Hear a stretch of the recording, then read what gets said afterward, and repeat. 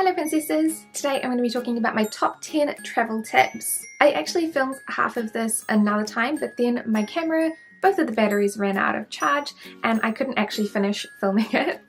So I'm going to give you the first two tips from the previous video and then I'm going to refilm the rest of them. So I recently, not so recently, but kind of recently, just came back from a long trip to Europe. I was gone for 5 weeks, which for me is a pretty long time. I travel quite often within New Zealand, but I hardly ever travel outside of New Zealand, so it was kind of difficult to know what to expect because I only ever really go to Australia. I don't think people realise how far New Zealand is from everything aside from Australia and some like the islands, and it took 17 hours and 55 minutes I think in flight to get to Dubai. We transited for a couple of hours. It took me an hour and a half to get to the first airport in New Zealand, and then we flew from Dubai to London Heathrow, which I think took 7 hours. It must have been a little bit less than that because I calculated the total flight time over was 24 hours.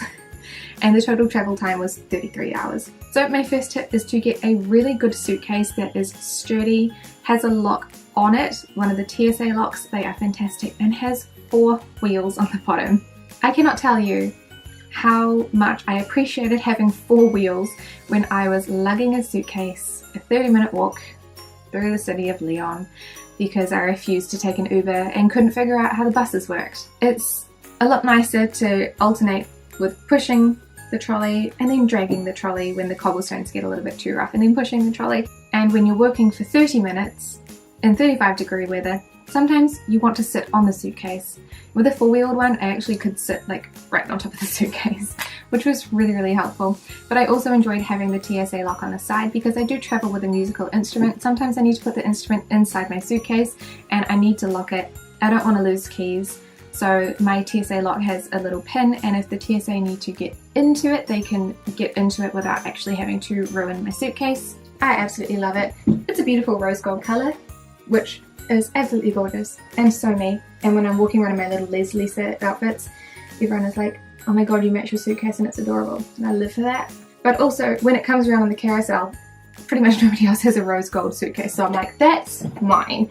Do not touch it. It's really sturdy. It's a hard shell, but it is super lightweight. And like I said, it has 4 wheels on the bottom. Like, I mean, I'm pretty weak if I can carry this around like this. It's a pretty lightweight suitcase. It did, however, get really scratched up in transit. So, I mean, I wouldn't spend so much money on it that you're going to cry when your suitcase gets scratched up, because it is inevitable. But having something that's unique coloured also really helps a lot. This one in particular actually expands as well. So it's got the lock. The zippers actually go into the lock, standard TSA locks, and the second zipper actually expands the whole thing.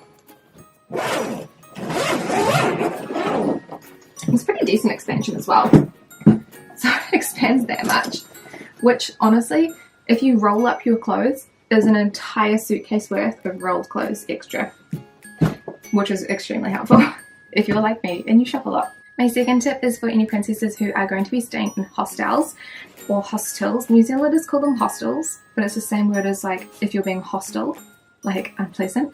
Australians call them hostels, and I was travelling in hostels with Australians, so now I call them hostels as well. But it is to take packing cubes. So these are something that I didn't really know about, like I knew of them, but I didn't really give them much consideration. But they're basically collapsible, lightweight, zippered containers that you can roll up clothes and store them by like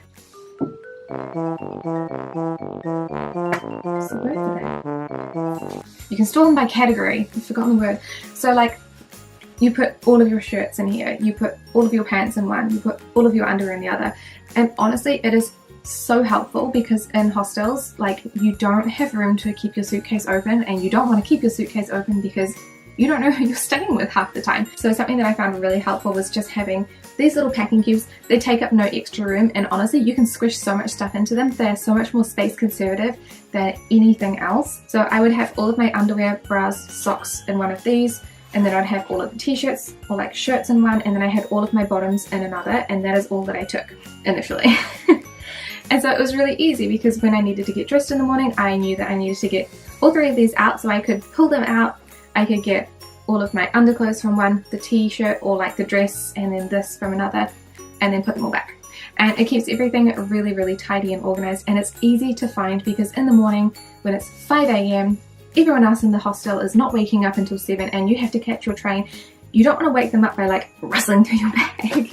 Okay, so tip number 3 is to pack as lightly as possible, especially if you're going to be traveling to big cities where you're going to be shopping. Obviously, if you're going to a place where you're not planning to shop, then pack as much as you'd like. It really doesn't matter because you're not going to be adding more to that suitcase. But if you're like me and you're an avid shopper, bring as little as possible and make sure that all of your outfits match each other perfectly. So for instance, I bought 2 skirts over. One was black, which was a little bit more formal, and one was my pink Liz Lisa skirt. All of the shirts that I bought were lightweight chiffon tops in pastel colors. So I had white, pale pink, and pale blue.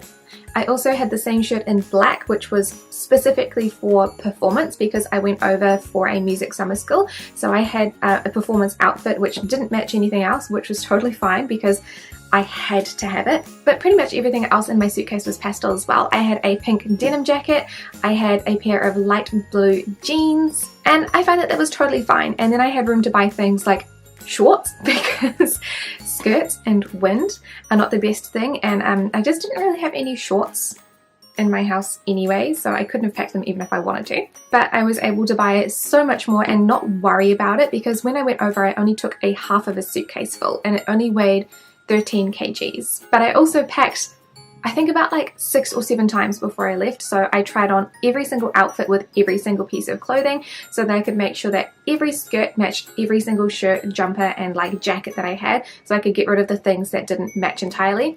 This also makes it really easy if you're staying in hostels with other people that you don't know, because if you're catching your train at 5 a.m. and you need to go through your suitcase to find an outfit, it's so much easier if everything matches. So you can just grab, okay, I want that shirt, I want that skirt, I want this, and you don't have to really look at it and turn the lights on and think, is this going to match? Because you know that everything already matches. Also make sure that your shoes are appropriate and they also match. So I bought over a pair of pale purple Skechers sneakers, which were the ones that I wore the most because they are the most comfortable shoes in the world. Even though they're not the most pretty, they are so comfortable. I also had a pair of baby blue lace-up brogues and I wore those so much, but they were really good because I could flatten them down in the suitcase because they weren't a structured leather. I had a pair of pink lace-up sandals. These weren't as good because they had a small heel. I don't have any flat shoes. I don't have anything that's totally flat in sandals. And those weren't the most appropriate because cobblestones are a thing. In New Zealand, all of the pavements are smooth, so I can walk in heels with no problem. Cobblestones, not so much. And then my 4th pair of shoes were my performance shoes, which I could have totally left at home. Tip number 4 is to look at your cosmetics and your skincare and pack sample sizes of things or deluxe minis or like half empty tubes that you think that you can throw out. Because again, if you're going to places where you are going to shop, and if you're watching my channel, you're probably an avid skincare and cosmetic collector as it is, it's really nice to be able to get something new and finish up the old things and throw them away and leave them there. So I did a lot of decanting, so I would take my toners that come in those massive bottles and put them into smaller travel sizes. If I finished up that travel size, I could get rid of that container, or if I didn't, I could bring it back with me if I had the room. But that gave me the room to actually purchase new things, so I got, I think, only 2 foundations and a powder, but I needed the room for those things in my suitcases, so I was able to throw out things like my hair care because I only bought really little bottles of shampoo, conditioner. I had a hair oil and a hair treatment, which seems like a lot, but at the end of the trip I'm not bringing them back with me, so it actually gave me so much more room in my suitcase. Think about where you're staying as well. If you're staying in hotels, then you can afford to bring bigger bottles and things like that, and you don't really need to worry about what things are contained in because you can put them like in your shower or in your bathroom and leave them there. But if you are staying in hostels, it's a bit of a different story. So you don't really want to leave your suitcase unlocked in a hostel if you're not in there. So sample products don't really work well in hostels because you might only use half of the sample sachet. You can't just shove it back in your bag. If you're in a hotel, you can leave it like on a counter or something so that you can use the other half of it at night. So again, you don't want to be like rummaging through your bag all the time, and in the hostels I found that there was really not that much room, so I couldn't leave my suitcase lying open even if I wanted to, or if I felt safe with some of the girls that I was living with. So I found that like small sample sizes, like screw top toners, those worked so much better than actual like foil sample sachets. Also think about what you're putting your skincare and cosmetics in. If you're in hostels, you're going to have to take a little bag and do the shower with you, so you don't want that bag to get wet. So I had like a clear plastic Ziploc bag, so it was like a proper like structured one, and that worked really, really well because it didn't matter if I got it wet because it was plastic. It was also clear, so I could use it as my travel on containers, like bag container for liquids. You know, when you have to like take the liquids out and you have to show them what's in there, and yeah, I could use that as like a double purpose thing. Although the Ziploc kept breaking off, which was really, really annoying because I kept having to find it because it has to be sealed at the airport. So I was like hiding the zipper in like places where I knew I wouldn't lose it. Tip number 5 is to download some helpful apps before you go. One of my favorite apps was actually called City Mapper, and it only works in larger cities because it literally just doesn't have every city on there. But I found it really helpful as someone who's really not very good at taking public transport. It really did help me out a lot, and it was easy for me to follow. So in New Zealand, if you haven't been before, if you don't live here, we don't really have the best public transport. Like in my city, the only thing that you can use for public transport is a taxi or a bus. We don't have any trams or metros. We have trains in Auckland, which is our second city, but like I can't take a train from Hamilton to Auckland. I need to drive there. So I'm a really great driver, but I'm really bad at public transport because I just don't know how it works and I don't use it. I can take a bus in Hamilton, but that's pretty much it. So the app City Mapper gives you all of the options of how to get from where you are at the moment, so it uses your GPS to where you'd like to go, or you can set your hotel or your hostel to be your home, so you just say get me home and it's so much easier. But it gives you the option of walking, any of the public transport services, as well as taking a taxi or an Uber. And if you choose the Uber option, it will actually take you straight to the app and then everything is fine and you don't have to do anything on the Uber app. You just have to say call the Uber. So I found that app really, really helpful, and with City Mapper, if you're taking the public transport, it'll give you every option. So like if I'm taking the metro in Paris, it'll tell me every option, how many transfers I need to take, which way they're going as well. So if I'm taking number 9, I need to know if I'm going that way or that way, which I didn't really understand when I started because I'm like, what are these called? Like I know the number I'm supposed to take is number 9, but what are the other words afterwards? Like I really didn't get it, but it was more obvious when I got there and someone explained that, oh, like if you want to go there, you need to follow this one, you need to take that line, otherwise you're going to go the other way. Which seems obvious now, but like I didn't know that. So City Mapper tells you exactly how to do it, and it'll show you every single stop so that you can make sure that you're on the right train because your stops will match up. It'll give you an alert to tell you when to get off the train, so it'll like send like a little push notification to your phone, which is really, really good. And at the end of each journey, it tells you like how many trees you've saved, how many calories you've burned, and what you could eat with having all of these calories burnt. So like you can eat a half of a croissant if you'd walked for an hour. It was so cute, and I just found it really, really, really fun and helpful. The other app that I would highly recommend is getting Uber downloaded and put your home credit card on it rather than an international credit card. The reason why I would recommend that is you will get a little bit of currency conversion fees, but if you don't have any money and you're really stuck, you know, like you don't have any money on your credit card, you can use your home credit card, as long as you've got money on it obviously, to get an Uber. But it made me feel very secure that I had Uber on my phone and was able to use it at any point in time, no matter how much money I had spent, because it was linked to my home credit card. Because sometimes I do get anxious in a new city. If I feel like I'm getting lost, I felt like I could just use the app City Mapper to get me home to my hotel or hostel and use Uber to do it if I really, really had to. I only ever used it once in a hailstorm, but it made me feel safer and happier just to have it there. Tip number 6 is if you are away for a significant amount of time, I would definitely recommend getting a SIM card in the local network.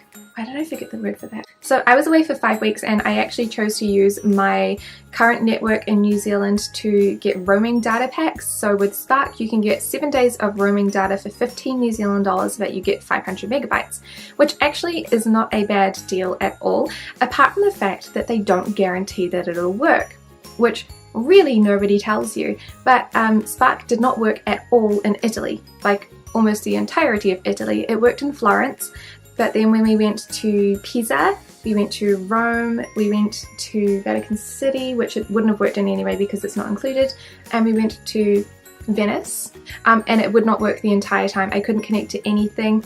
I'm pretty tech savvy, like I'm not dumb. So I tried to manually connect it to everything. I changed, like, I got it to forget all of the networks, I restarted it, I did this, I took the SIM card out. I pretty much did everything that I could to get it to work, and it would not work at all, which was really difficult, you know, like when you're in Venice and you get lost, because Venice is really hard to get around if you're in like the little center part with all of the little side streets. I mean, it's gorgeous and it's like whimsical and it's cute, but the anxiety of like just trying to get around, it's really difficult.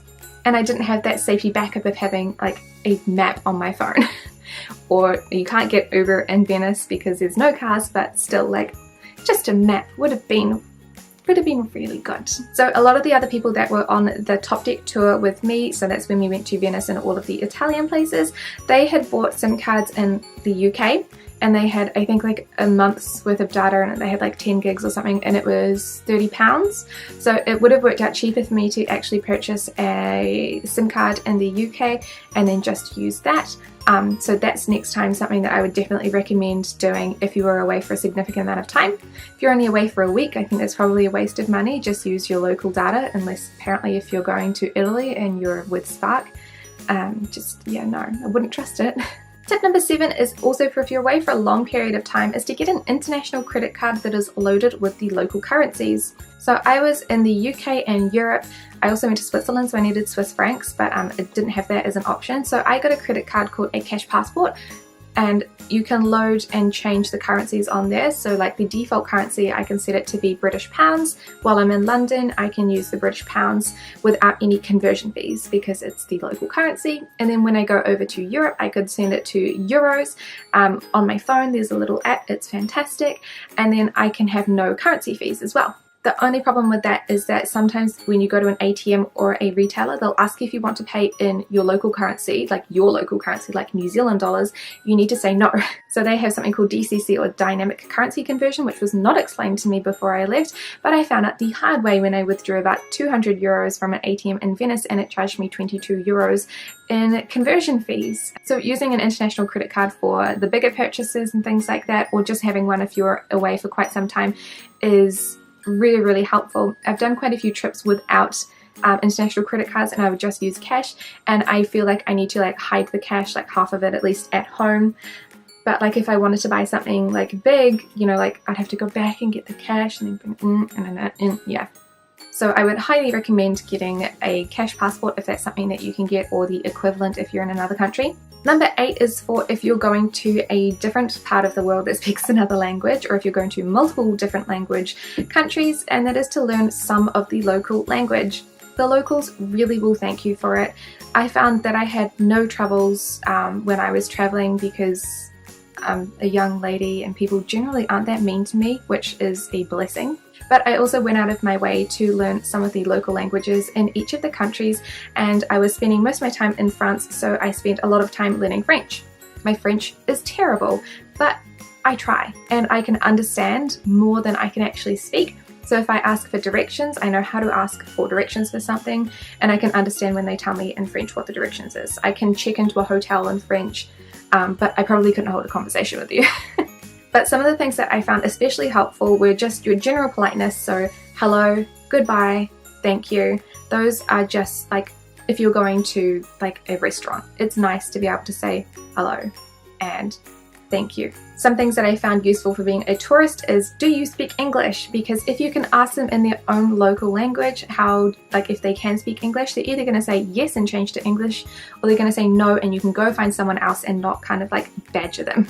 Also signage, so really important, entries and exits. If you don't know what your entries and exits are, you're going to struggle getting into some of like the supermarkets and things. And also male and female, because I found that some countries do not put like a little picture of a lady or a man on their toilet doors, and if you don't know the words for male and female, you might go into the men's toilet when you're supposed to go into the women's. I mean, if you really don't know, just look for either the urinals in the men's toilets or the sanitary bins in the ladies' toilets, and that'll give you a pretty good indication. Number 9 is city safety and using your common sense. So don't put your phone in a place where people could easily grab it, like the back pocket of your jeans. That's really not a good idea. Don't put your wallet on a table if you're at a restaurant. That's also just, someone can pick it up. Use your common sense. I think that a lot of people get really worried about like a big city safety if they haven't come from big cities, but it's really not that bad. If you're wearing a backpack and you're in a crowded area that's really touristy and you feel really unsafe, put the backpack on the front of your body and just put your arms across it. It's actually quite comfortable, to be honest. You look like really weird, but like a lot of people front face their backpacks anyway, and it just gives you the sense of security that people can't get into your backpack if you're feeling unsafe, or like if you're on public transport. You're going to be sitting with your back against a chair, right? So just put your backpack on the front of you and put it on your lap. That way it's not on the floor, and that way it's in reach of you at all times. If you're a musician, be extra careful of your instruments and just take them everywhere that you went. One of my friends from university got her violin stolen on a train to Milan while I was in senior, so it kind of made me extra cautious of my instrument. So for my flute, when I was traveling, most times I put it in my suitcase and locked it, because I would see my suitcase get taken more easily, I think, than a flute sometimes, especially if I put the flute in like the overhead lockers or underneath seats. The only exception being when I'm flying, because musical instruments do not do well in the cargo hold. They tend to break due to like air pressure, the drastic reduction in temperature, just as well as being like manhandled, like, you know, being chucked and things like that. Flutes are a bit more hardy than string instruments are, but I still would never put my flute in the cargo holds. No, not even in the suitcase, just won't happen. Luckily the flute is carry-on size. It fits in pretty much every carry-on description that I have had so far, and I've had no problems traveling with it as a personal item. So I'll take a bag that could fit the flute into it if needed, in case someone is like, you can't have two items. But yeah, just be mindful of that. And if you're out and about and you feel unsafe, go into like a store or something like that, so that you can feel a little bit safer, not a dodgy looking store. Again, use your common sense, go into a store that looks nice and bright and inviting, and preferably, like if you're a female, has a female that is serving people. But, you know, like just make sure that people aren't taking things out of your backpack. If you feel unsafe with the backpack, make sure that things aren't sticking out of your pockets, make sure that things aren't easy to get. Don't invite thieves. Common sense. And the last one is not to be too nervous. If you're someone like me that suffers from really mild anxiety, I don't need like medication or anything, but I definitely get more anxious than like just regular people do.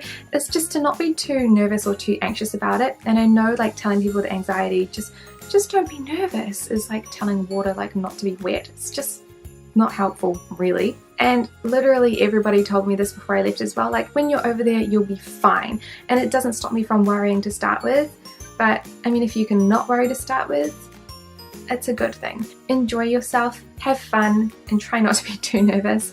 Use a couple of the things that will make you less nervous. So for me, being able to get back to my hotel was a really massive thing. Like I really didn't want to get lost. So just having the Uber app downloaded and having my home credit card on that gave me such a sense of safety, because I knew that if everything went really bad, I could go to Starbucks or McDonald's, use their free Wi-Fi, get an Uber back to the hotel, and I'd be fine. But traveling is usually super fun, so enjoy yourself while you're there. Take lots of photos, but also enjoy the moment as well. And that is all of my travel tips. I'm going to try and cut it down so it's not extremely long, but this might be a longer than normal video. But thank you guys so much for watching this video, and I will see you next time.